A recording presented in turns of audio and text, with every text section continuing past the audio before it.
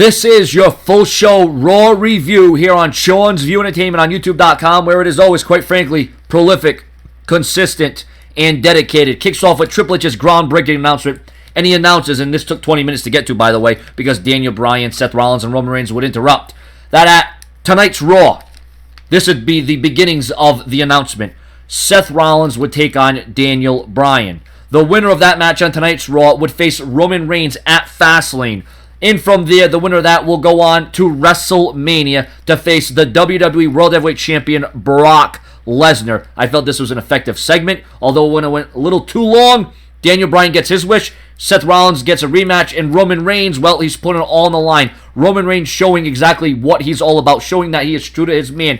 And although Roman Reigns didn't have to take this, Roman Reigns didn't have to put his WrestleMania shot on the line, he did it to prove that he deserves and that he is worthy enough to be in the main event of WrestleMania. And I feel that, you know what, Roman Reigns is going to prove a lot of doubters and naysayers wrong. And at the end of the day, it would not make sense if Roman Reigns didn't main event WrestleMania, because what does that make the Royal Rumble victory look like in the end? So, although it was a little long, I did like the segment to kick off Monday Night Raw. I'll give it 4 out of 5 stars. Cannot wait for Daniel Bryan versus Seth Rollins on Raw. Should be a hell of an impactful match. The first match to kick off Monday Night Raw, which really intensified between Rollins and Roman Reigns, was The Big Show versus Roman Reigns. Now, yes, we've seen this match over and over, time and time again. How many times can we sit through Roman Reigns versus The Big Show?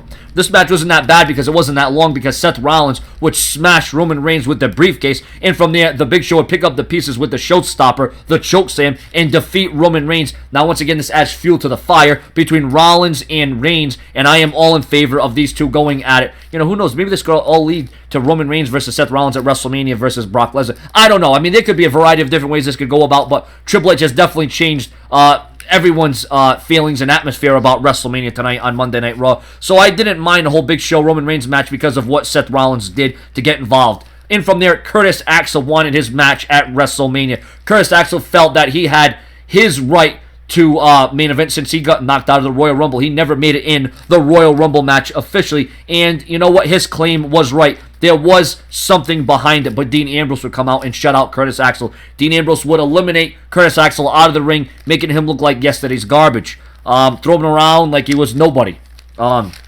You know, I don't understand the booking of Curtis Axel. The guy is a great in-ring talent. The booking isn't there. The creative juices isn't there. Curtis Axel continues to get boggled down by the WWE powers that be. But I am all in favor of Dean Ambrose, who came out and talked about Fastlane and talked about how he wanted a match against Bad News Barrett for the Intercontinental title, which I am all in favor of because Dean Ambrose could definitely add credibility and prestige to that Intercontinental title. So Dean Ambrose, makes Curtis Axel look like a joke, but they got to build up somebody out of this, and it might as well be Dean Ambrose. The Ascension would defeat Starr and Goldust, and it seems like there is some, speaking about the Ascension, there seems like there's some ascension in the ranks. Descension. There's some problems brewing between Starr and Goldust, and I can see that going places. Maybe we'll finally get that match at WrestleMania. Goldust versus Cody Rhodes, a match we've been wanting for the last couple of years now. John Cena would come out and cut a very strong and passionate promo on Rusev and the Authority. Then John Cena would bring back Ziggler, Rowan, and Ryback, and their jobs would come back, but it would not be without a price.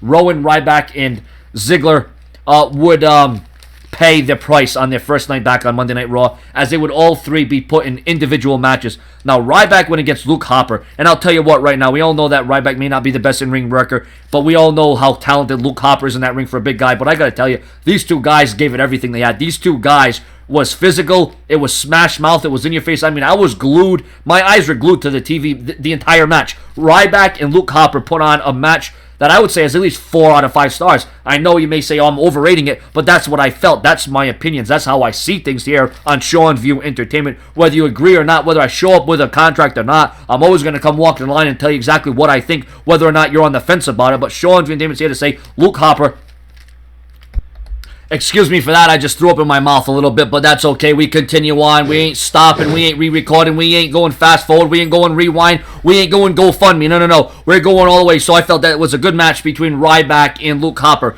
And then in from there, Cesaro and Tyson Kidd continue to build strong momentum over the WWE Tag Team Champions, the Usos. And I hope that at Fastlane, the Usos get defeated and we see new Tag Team Champions, because I am definitely impressed with the likes of Tyson Kidd and Cesaro. At first, I said these two guys are just thrown together. They're going to be an afterthought, just a makeshift tag team. But they are really coming to their own, and they're really showing me that they are one of the elitists of the WWE Tag Team division. And up to this point, Raw is doing better than decent. It's holding its own right now. Let me tell you that right this second. Up next on Monday Night Raw, the words I say just won't do it justice. Phenomenal match, Dolph Ziggler versus Bray Wyatt. Both men looked strong. Both men threw everything they had at each other. I know I said that earlier, but this match showcased the talents, the athleticism, the dominance.